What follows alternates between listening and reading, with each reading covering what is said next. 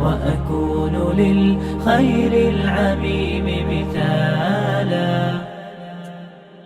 Setelah kita memahami betapa luar biasanya kenikmatan anak pada kehidupan, betapa besarnya kenikmatan anak pada kehidupan kita, maka kita harus paham bahwasanya anak itu sejatinya bukan hanya sekedar perhiasan. Anak itu sejatinya bukan hanya perhiasan dan bukan hanya sekedar melanjutkan. Tapi ada sisi yang kita harus paham bahwasanya anak itu Allah berikan kepada kita itu pasti punya hikmah. Salah satu hikmah terbesar adalah ketika Allah itu memberikan kepada kita anak, Allah itu sebenarnya sedang memberikan kepada kita sebuah pertolongan bahwasanya anak itu sebenarnya bisa membawa tongkat estafet kebaikan hidup kita ketika kita itu memiliki anak. Makanya akhirnya kita harus paham, anak itu Allah berikan kepada kita. Salah satu hikmah yang harus kita temukan itu apa? Oh, anak itu Allah berikan kepada kita supaya Allah itu ngasih tambahan tenaga untuk kita supaya kita bisa mendapatkan surganya Allah. Karena banyak di antara kita itu tidak paham bahwasanya memiliki anak itu hikmahnya apa. Padahal dalam setiap peristiwa, dalam lintas episode kehidupan manusia, tidak ada lintas episode kehidupan manusia kecuali pasti ada hikmah. Dan hikmahnya harus kita temukan. Dan hikmah itu apa? Hikmah itu salah satunya adalah ketika kita menjumpai dan ketika kita mendapati anak itu adalah tongkat estafet umur kita yang kedua. Dan anak itu Allah hadirkan untuk kita sejatinya supaya kita punya tambahan energi menuju kepada Allah dengan kehadiran anak yang Allah berikan kepada kita menjadi sebuah karunia. Jadi inilah pula yang menjadikan kita harus paham. Hikmahnya anak dihadirkan oleh Allah dalam kehidupan kita adalah sejatinya anak itu adalah menjadi estafet kita untuk menuju kepada surga. Makanya ada sebuah riwayat, ada sebuah hadis yang datang dari baginda Nabi Shallallahu Alaihi Wasallam. Ada sebuah hadis yang datang dari Rasulullah dalam riwayat Muslim membuat kita merenung. Dan ini menjadi salah satu alasan kami dulu. Kenapa saya ingin punya banyak anak? Karena hadis ini. Ya. Jadi hadis ini tuh sangat mempengaruhi cara saya berpikir ketika melihat anak. Ada sebuah hadis dalam riwayat Muslim. Kalau ibu-ibu nanti membaca Sahih Muslim, ibu akan dapati hadis ini. Yaitu adalah sebuah hadis ketika Rasulullah itu menerangkan kelak dalam pengadilan Allah. Kelak dalam pengadilan Allah. Maka nanti di dalam pengadilan Allah ada orang tua dan anak. Ada orang tua dan anak yang mereka dihisap oleh Allah. Setelah mereka dihisap oleh Allah, ternyata sang anak itu lebih solih daripada orang tuanya. Sang anak-anak ini lebih solih daripada orang tuanya. Lebih taat, lebih ridho, lebih banyak taubat, lebih banyak istighfar daripada orang tuanya.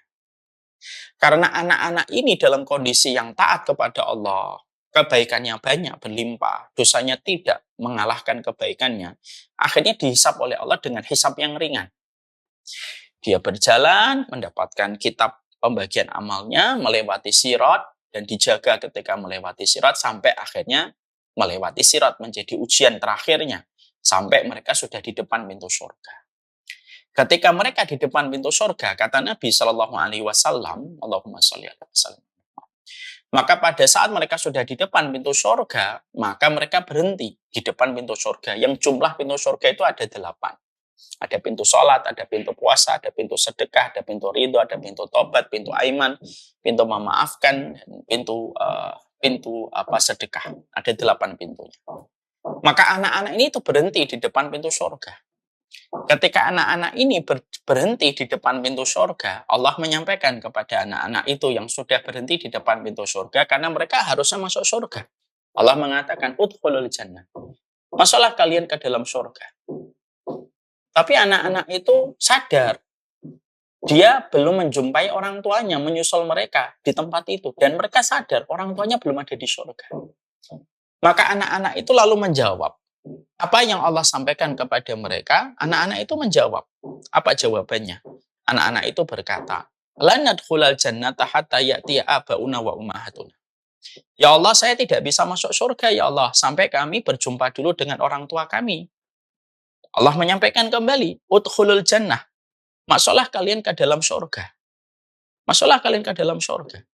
Lalu anak-anak itu kembali berkata, lan nadkhulal jannah hatta ya'tiya abauna wa ummahatuna. Kami tidak bisa masuk surga ya Allah sebelum kami berjumpa dengan orang tua kami dulu. Maka yang ketiga kalinya Allah berkata kepada anak-anak itu, Mali arahum, kenapa orang tuamu? Orang tuamu itu masih di belakang untuk mempertanggungjawabkan atas dosa dan atas amal perbuatan mereka. Kamu sekarang masuk surga. Udah orang tuamu masih mempertanggungjawabkan apa yang dia kerjakan. Maka ketika anak-anak itu tetap mereka itu di depan pintu surga, maka pada saat itulah ada panggilan yang ketiga. Allah menyampaikan gitu.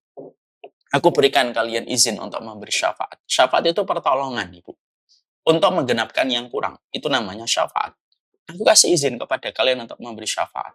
Siapa orang yang kalian berikan syafaat itu?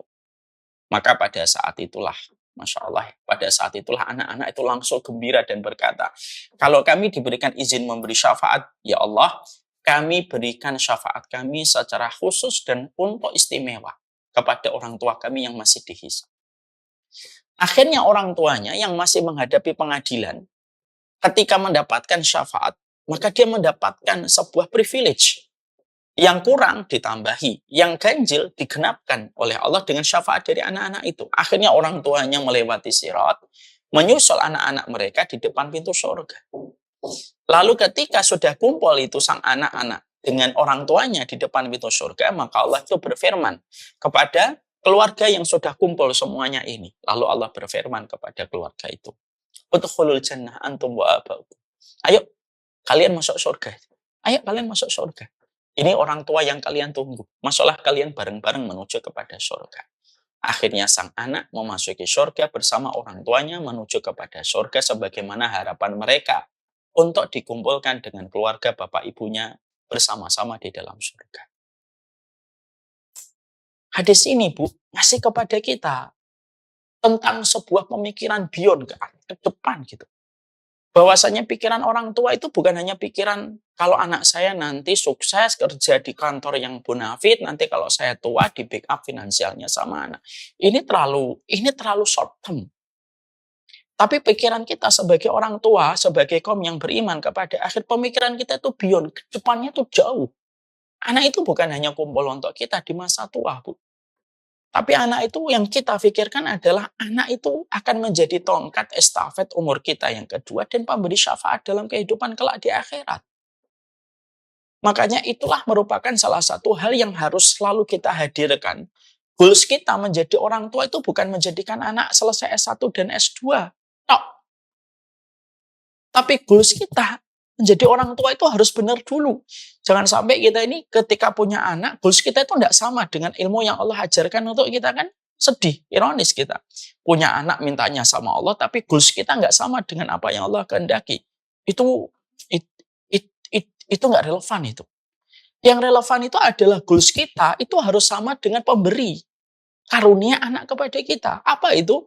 Dari hadis riwayat Muslim yang tadi kita sampaikan, disinilah kita paham goals kita itu adalah anak itu tongkat estafet umur kita yang kedua di dalam melanjutkan amal soleh kita, dan anak itu pemberi syafaat dalam kehidupan kelak kita di akhirat. Itu yang menjadi harapan kita.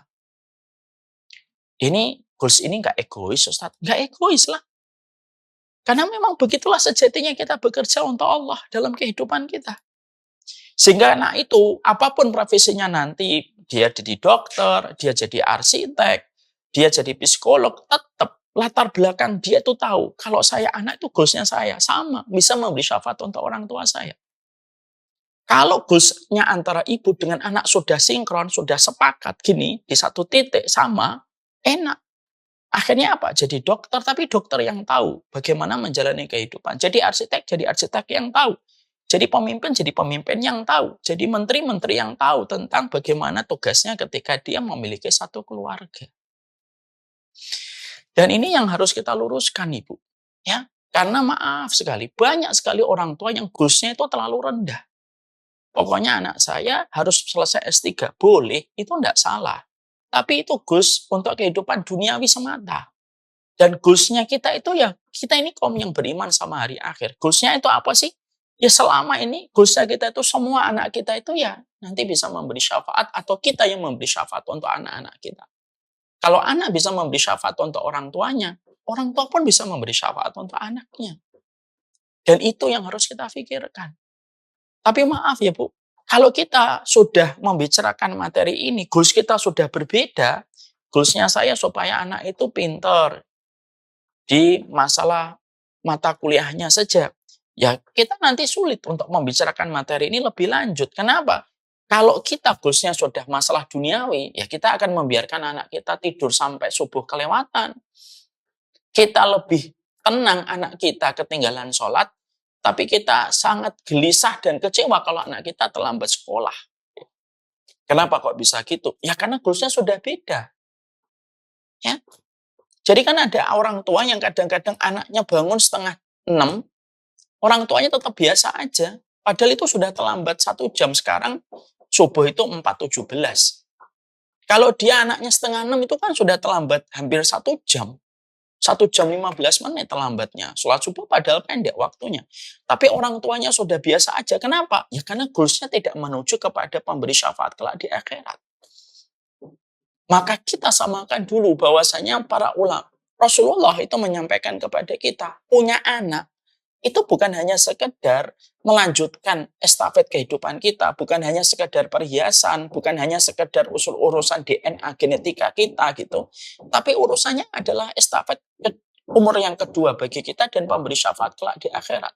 Dan itulah salah satu insight, point of view yang kita dapatkan. Kenapa Nabi Ibrahim dan Nabi Zakaria terus merengek kepada Allah diberikan anak? Ya karena tahu dari insight ini. Ya.